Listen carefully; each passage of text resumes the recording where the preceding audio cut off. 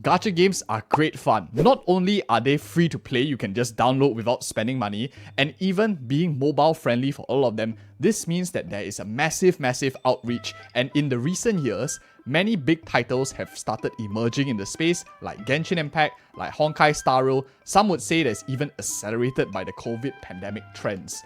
Either way, we want to tap on these trends ourselves and perhaps make some money along the way. On this channel, we are a money channel primarily. We focus on researching how to turn other people's passions into profits. And let me share with you a summary of what I found after hours of research and also being a gacha game content creator myself. 5 ways other people make money from gacha games, and some I even do myself. But by the end of this video, I hope that you found something inspiring, something that you can take away as well to help you better and maybe make some money on the sides while exploring your passions too. Let's jump in with number 1. Number 1. Leveraging hard skills that you possibly already have. This first method is one of the most prevalent methods that I see others in the community making money with.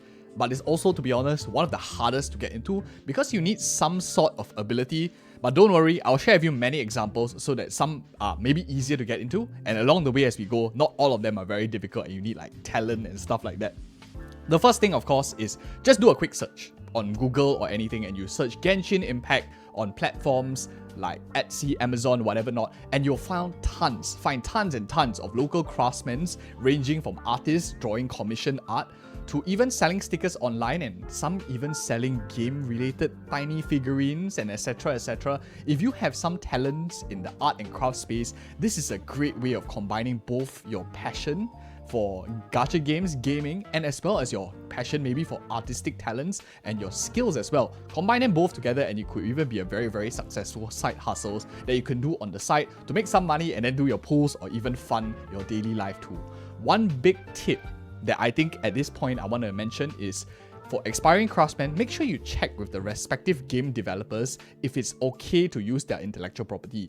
Across my experiences covering many gacha games for many years, different developers have different treatment for how people and artists use their intellectual property.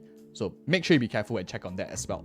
Of course, not all of us have artistic talent. I certainly do not. But what else can you do to make use of hard skills? And what other hard skills can you learn quickly? Some of them, you don't exactly need hard skills. You can download it in terms of like watching videos online, get information, and then do it online as well. And these are software skills like Photoshop, which you can then become a thumbnail editor, thumbnail designer. You can work as a freelance thumbnail designer for YouTubers, for any other content creators as well, to help them design like your favorite character and certain logos. If you are creative, you already watch many videos on your own, you click on many of them, you kind of know like what works and what doesn't. If you combine that with a little bit of design ability, you can actually make good amounts of income being a thumbnail designer for YouTubers as well. So that is something that you want to think about and at least try, because you never know. You can just do a couple and see whether it works for yourself too. The other way, of course, if you do not like designing on Photoshop and whatever not, the next one, of course, is a special shout out to our editors who fuse their talents of video editing skills like Adobe Premiere Pro, etc., and their interest for gaming in general, to create very engaging contents for their audiences. If you are great at editing and interested perhaps with even working with us, do consider dropping us an email and our team will take it further from there. You can find it in our video description below as well. And of course, hard skills, and let's just be really honest, right? Hard skills in itself is a very difficult space to break into, since it likely would take a longer period of time to gain the needed skill sets. So let's, at this point, take a look at some other easier categories and less known and possibly a lot easier to break into for us as well. Number 2, game experts. For those of us who maybe don't have hard skills, hard talents like designing, artistic talent, not to worry. If you are really good at a game, you really like the game a lot, and you are considered like one of the best in the field, you know exactly what you're doing in the game, there are many ways that you can consider making money too. One of them, out of the many examples, is by offering account review services on platforms such as Fiverr, which we are not sponsored with by any means. This is a freelancer website. Most of these guys aren't even like top famous content creators, YouTubers, or whatever not in their communities. Many customers of such services, and why would people actually subscribe to account review services, is because they treat it as like personalized coaching, payment for personalized coaching services, basically similar to hiring a tennis coach, a language tutor to help you get good as quickly as you can. A good game mentor can actually make experiences much better for the players and save a lot of unnecessary frustration. Do a quick search. You can actually see that there is a market out there, and this is one way of my recommendation of, if you are interested, getting out there, you can do it yourself. But to be honest, start first by assisting others for free, build a name in the community, get yourself more involved so that you can have a bit of track record as well and get a bit of feedback for yourself before you can eventually grow bigger and actually charge others money thereafter too. So that will be number 2 in terms of how you can make money from gacha games.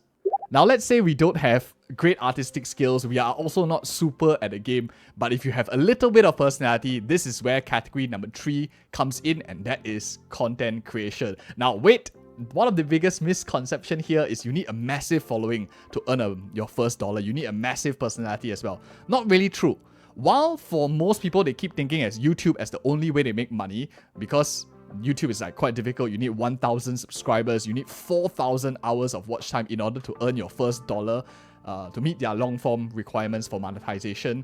Live streaming platforms like Twitch is actually a lot easier and very, very manageable. All you need is just 3 average viewers and to stream regularly for a couple of period of time in order to meet their monetization requirements, and thereafter you can start having ads on your channel or when you're live streaming, or even have your audience donating to you money or subscribing to you as a paid subscriber. So a lot easier than we think. My recommendation is, if you have no idea whether you're good at it or not, just try, see whether you like it. You don't even have to show your face. You can be a faceless channel. As long as you have a little bit of personality, you can start getting the ball rolling. Or perhaps you're even really good at the game, like in category 2, but you don't want to give coaching as well. So this is another way.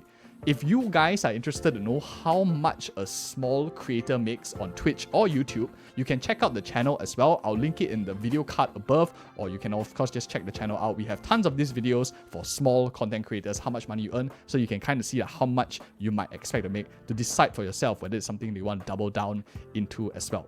So that is part number 3, and the key, of course, downside to part number 3 out of the rest of them is it does require a little bit more effort compared to a lot of the other of them, because not only do you have to play the game, you have to create content for the game, and you also have to be knowledgeable, and it's kind of doubling down a lot of things, and you need to edit and stuff like that. But it's a really very, very rewarding journey if you're really passionate about it, and I can speak a little bit from my experience as well.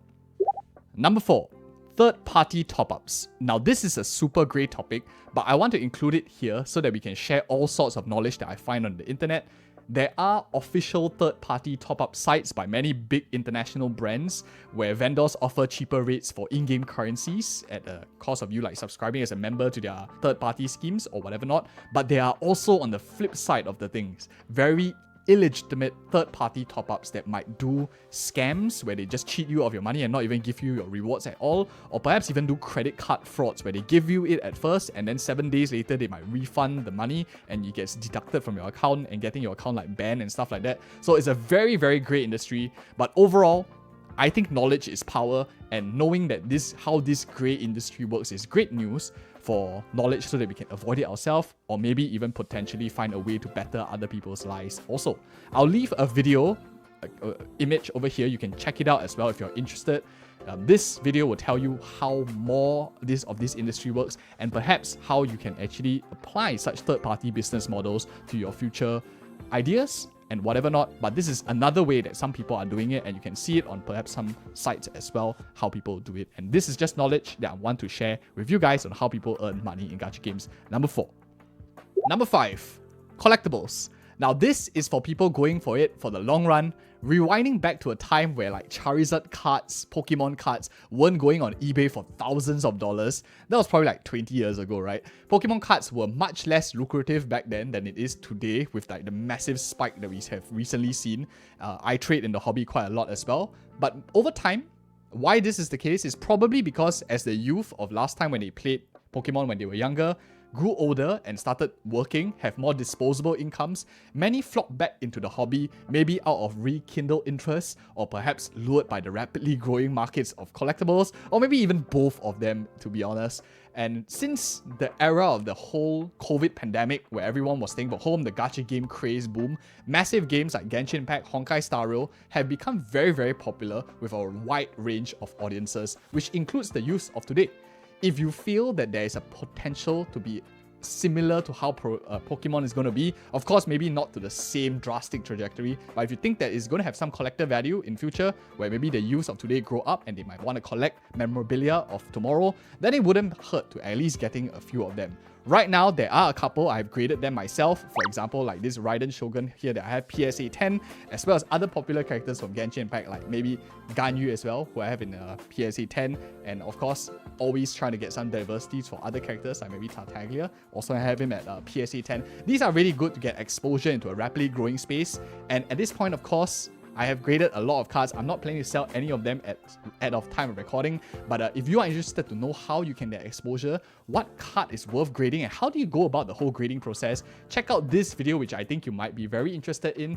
Otherwise, this other video will also be very, very useful if you are just interested to know more about how you can make more money online from playing games or other things as well. Thank you guys again so much for watching, and see you in the next video.